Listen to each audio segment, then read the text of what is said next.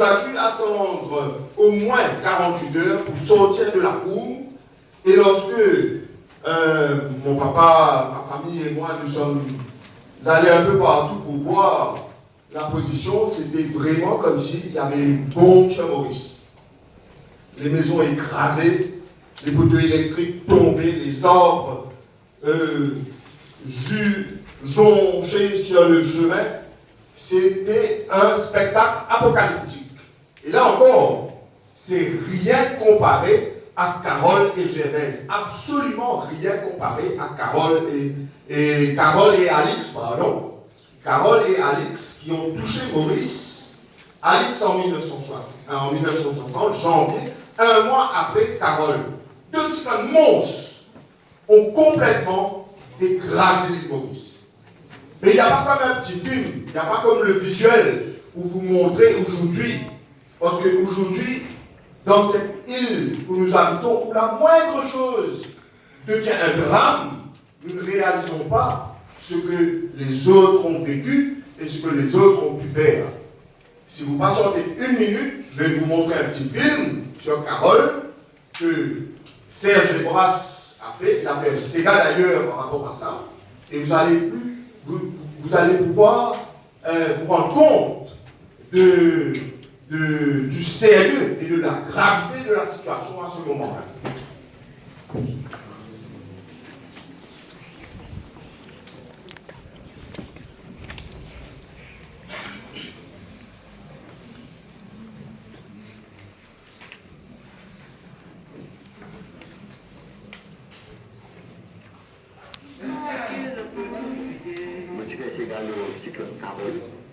C'était un événement triste. Mais tu fais ça pour Bandjoun qui finit prouver.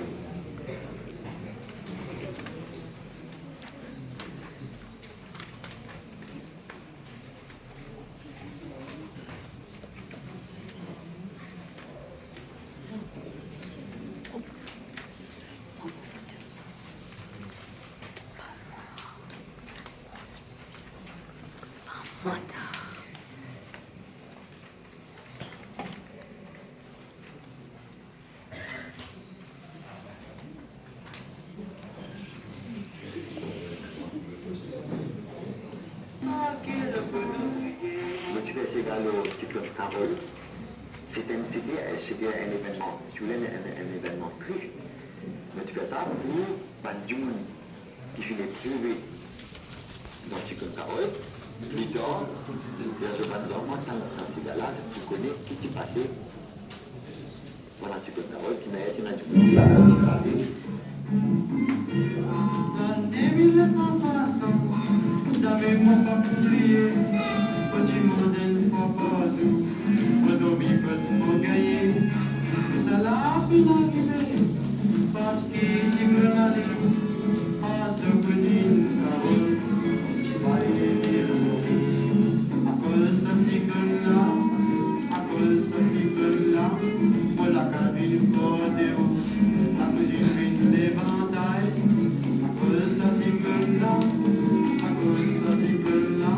Si sur moi n'a pas travaillé,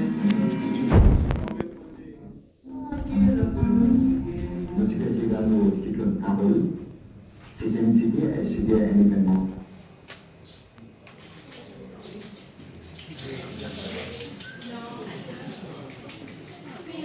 Il y a quelque chose qui est marrant à propos de ce qui s'est passé en 1960, vous autres.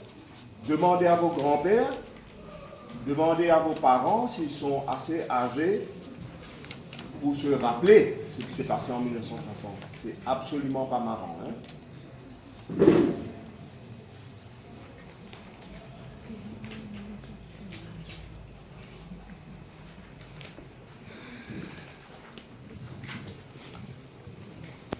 Donc vous avez pu voir cette désolation vraiment, cette tragédie à laquelle nous avons dû faire face dans les années 1960. Et à cette époque-là, l'île Maurice n'avait qu'une seule industrie qui l'a supportée, c'était l'industrie sucrière. Il y avait le tourisme était encore à sa genèse, il n'y avait pas d'usine, il n'y avait pas de Haïti, il n'y avait absolument rien. Toute l'économie s'articulait autour de l'industrie sucrière. Et vous savez, quand un cyclone arrive à Maurice, eh bien, qu'est-ce qui se passe avec les champs de canne à sucre? Alors nous étions complètement à genoux. Et au milieu de ce marasme-là, 100 000 foyers étaient touchés, écrasés complètement. À cette époque-là, il y avait 150 000 foyers, 175 000 foyers, 100 000 foyers touchés. Des centaines de millions de personnes sinistrées et n'a pas à dominant vide. Au milieu de tout ça, un bonhomme prend l'initiative, il se dit, il faut faire quelque chose, il n'attend pas que d'autres le prennent à sa place, il y a urgence, c'est une question de vie ou de mort. Ce bonhomme-là s'appelle Edwin de Robillard. Beaucoup de personnes ont oublié son existence aujourd'hui, mais le propre de l'homme, c'est de pouvoir transmettre, c'est la transmission, c'est ça l'éducation. De pouvoir transmettre, pourquoi? Parce que lorsque l'on transmet, on apprécie plus, beaucoup plus le présent en ayant un regard sur le passé.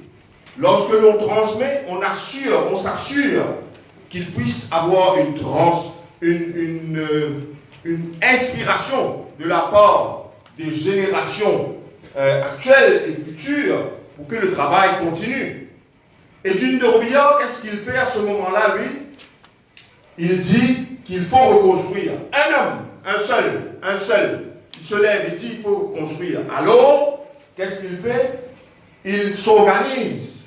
Il prend quelques amis avec lui. Ils ne vont pas fumer le synthétique derrière la boutique, non.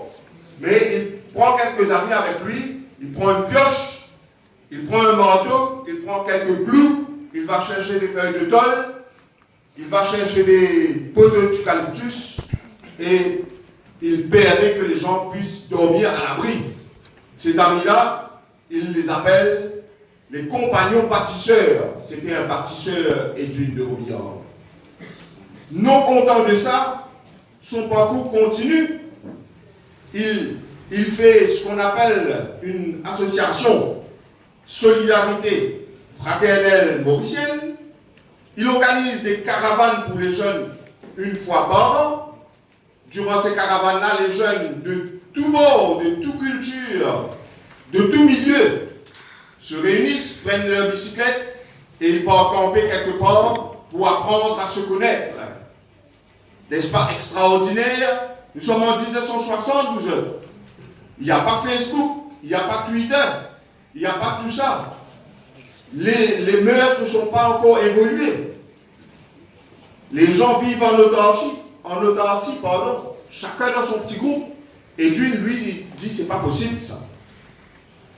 Pour que nous puissions vivre dans une île Maurice moderne, nous devons exercer la fraternité, nous devons exercer la solidarité, nous devons exercer le dialogue interculturel. Et là, il fait ces caravanes-là.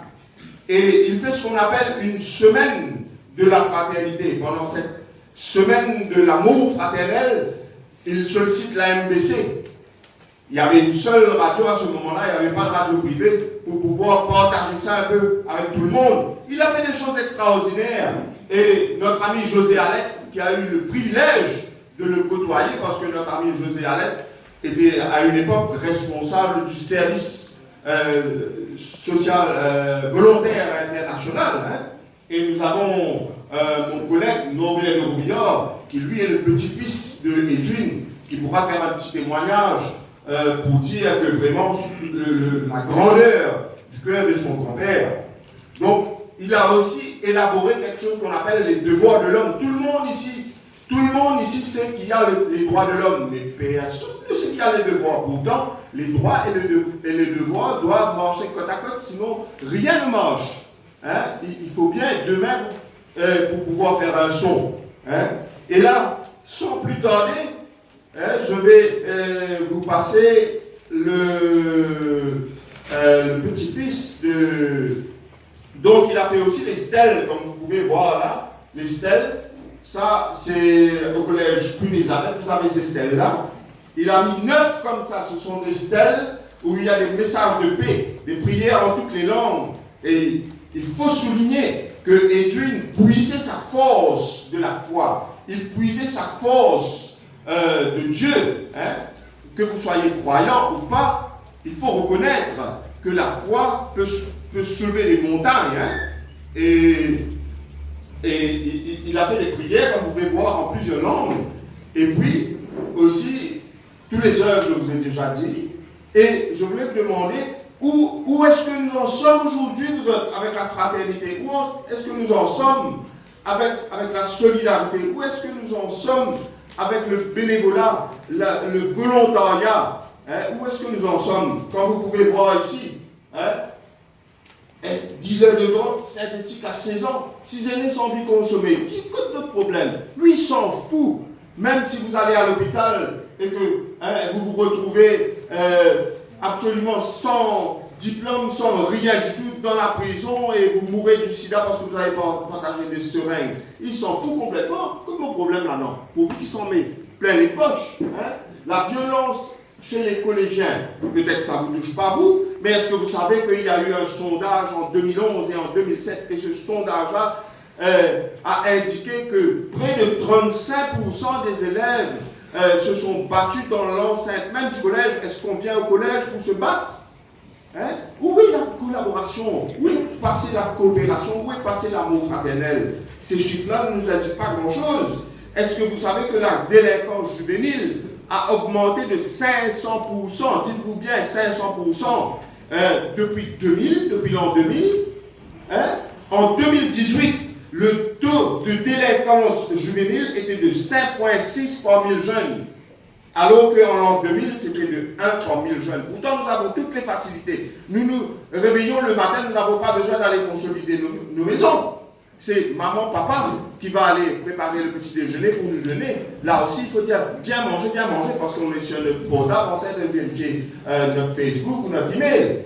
Donc, sans plus tarder, nous autres, je vais vous passer Norbert, il va vous raconter un petit peu brièvement la vie, l'intimité, le privilège qu'il a eu de pouvoir côtoyer, vivre et porter les gènes d'une si illustre personnalité. Lui, il va vous dire, et ensuite, José aussi va expliquer un petit peu dans quel cadre Études de Robillard a œuvré. Et par la suite, c'est vous qui allez parler, c'est vous qui allez partager avec nous, parce que nous n'avons pas votre âge, nous ne savons pas ce qui se passe dans votre cœur, quelles sont vos inspirations, et comment est-ce que vous pouvez vous inspirer de ce monsieur-là, et d'autres exemples encore, pour pouvoir faire de l'île Maurice un monde meilleur, pour pouvoir faire dans votre famille, dans votre collège, des mondes meilleurs. N'essayez pas d'aller changer le monde, c'est pas possible. Comme il y a un grand comédien qui s'appelle Jean-Yann qui disait tout le monde a envie de changer le monde, mais personne ne veut descendre les poubelles. Personne ne veut faire la vaisselle. Vous pensez que vous pouvez changer le monde si vous ne faites pas la vaisselle chez vous, si vous ne donnez pas un petit coup de main. Bizarre commencement se capate à m'engager. Donc, sans plus tarder, je vous passe Norbert.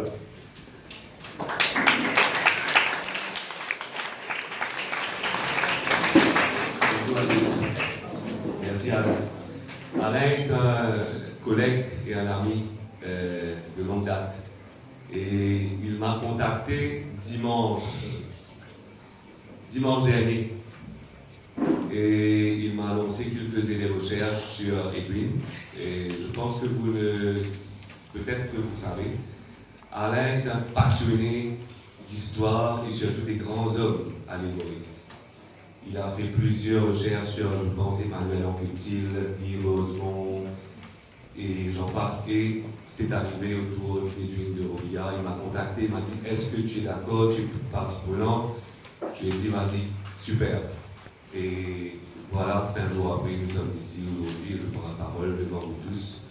Je vous remercie et merci à vous. Donc, je vais vous parler brièvement de mon grand-père et à travers les dires de mon père, Feu José de Robillard.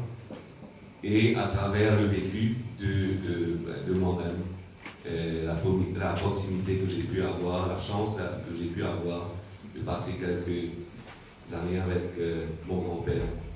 Donc, de parler dire de mon père, son père à lui, Edwin, c'était quelqu'un de vraiment très jovial, humaniste, dévoué et familial et très ancré dans l'aide du voisinage, de la région, de la ville, du pays et de l'humanité. Voilà, il n'y avait pas de frontières dans son esprit de partage et d'aide, d'entraide.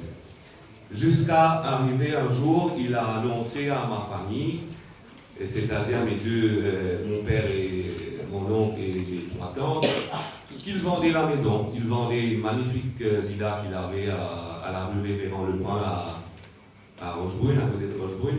Il la vendait pour aller faire le tour du monde, pour aller visiter le monde et prêcher la bonne nouvelle, prêcher la paix, rencontrer les chefs religieux, rencontrer certains chefs d'État, surtout en Afrique. Il en a fait, je pense, une quarantaine de pays, surtout, principalement l'Afrique subsaharienne, Mauritanie, il nous racontait un peu toutes sortes de pays qu'il avait été. Et moi, quand même, j'étais comme ça, je ne savais même pas que ça existait.